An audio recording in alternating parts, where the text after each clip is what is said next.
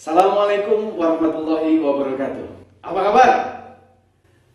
Teman-teman sekalian, saya Haji Abdul Aziz SE, Senior Leader Komite Nasional PT Melia Sehat Sejahtera yang hari ini ditugaskan sebagai calon legislatif DPR RI dari Partai Persatuan Pembangunan nomor urut calon 2 untuk daerah pemilihan Jakarta Barat, Jakarta Utara, dan Kepulauan Seribu.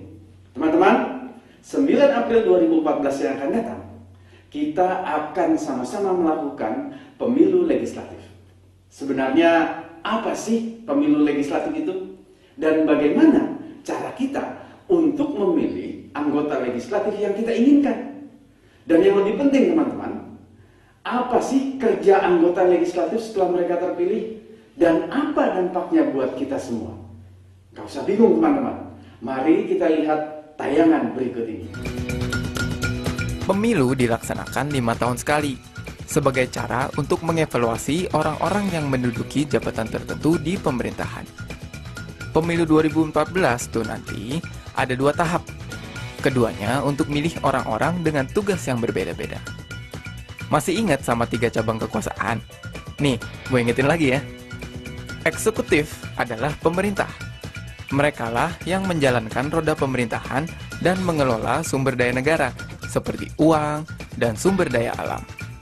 Legislatif adalah lembaga perwakilan rakyat yang juga mengawasi jalannya pemerintahan dan penggunaan uang negara dan juga membuat peraturan atau undang-undang bersama presiden.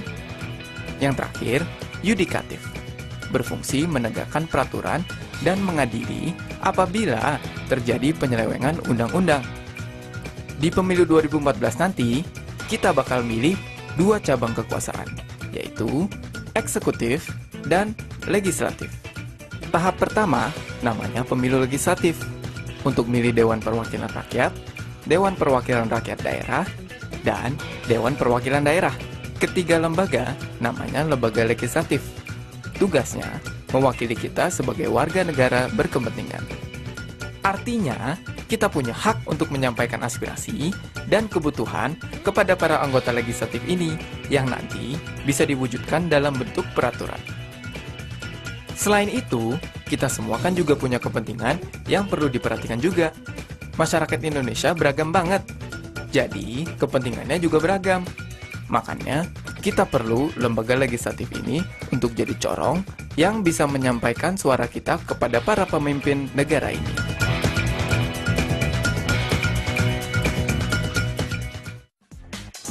Nah, terus apa bedanya DPR, DPRD, dan DPD? DPR dan DPD sama-sama mewakili kita di tingkat nasional. Kalau DPRD hanya punya wilayah perwakilan sebatas daerah yang diwakilinya. Yang harus diingat, kita akan milih calon anggota DPRD dan DPD sesuai daerah dan wilayah pendaftaran kita masing-masing. Kayak gue misalnya, gue warga Jakarta Selatan, maka gue akan milih calon anggota DPD Jakarta dan juga calon anggota DPRD dari Jakarta Selatan. Nah, untuk kalian yang di luar ibu kota Jakarta, DPRD dibagi menjadi 2, tingkat provinsi dan tingkat kabupaten atau kota. Fungsi DPRD sama seperti fungsi DPR di tingkat pusat, yaitu legislasi, anggaran, dan pengawasan. Fungsi legislasi itu bikin undang-undang bersama presiden. Fungsi anggaran itu ngebahas dan menyetujui atau tidak anggaran pendapatan dan belanja negara yang diajukan presiden, yaitu rencana penggunaan uang negara selama setahun ke depan. Fungsi pengawasan itu ngawasin pelaksanaan undang-undang dan APBN yang diomongin tadi itu. Bedanya, cakupan wewenang DPRD hanya sesuai wilayahnya masing-masing, sedangkan DPR punya wewenang di tingkat pusat. DPD pun bisa ikut mengajukan usul dan ikut ngebahas rancangan undang-undang terkait otonomi daerah, tapi DPR berhak untuk menerima atau menolak usul itu. Nah, habis milih wakil kita untuk tingkat nasional dan daerah, nanti di tahap kedua, kita bakal ada pemilu lagi untuk milih presiden dan wakil presiden. Presiden dan wakil presiden ini punya kuasa eksekutif.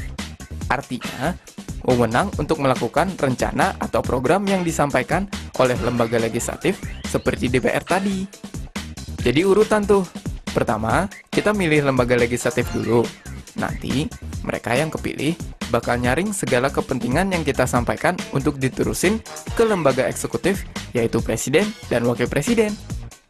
Nanti, lembaga eksekutif ini yang akan melaksanakan kepentingan-kepentingan kita bersama. Gimana? Udah tahu kan soal pemilu legislatif? Jangan lupa beritahu pada teman, keluarga, dan mitra kita semua. Sedikit apapun partisipasi kita, pasti dapat membuat Indonesia yang lebih baik. Tapi jangan lupa, kita juga harus punya kriteria tersendiri mengenai politisi yang baik bagi negara kita. Apakah mereka sudah anti kekerasan? Sudah anti korupsi? Jangan sampai kita biarkan uang bermain dan bahkan berkuasa dalam kehidupan politik negara. Mereka yang terpilih haruslah secara jujur dan adil. Kita harus waspada. Jangan sampai memilih orang-orang yang korup, pelanggar hak asasi manusia, ataupun perusak lingkungan. Ada baiknya kita cari tahu info mengenai calon-calon anggota pemerintahan kita demi kebaikan kita bersama. Gimana? Jangan diam aja ya. Partisipasi kita pasti dapat mewujudkan Indonesia yang lebih baik. Saya Haji Abdul Aziz SE dari Jakarta untuk Indonesia.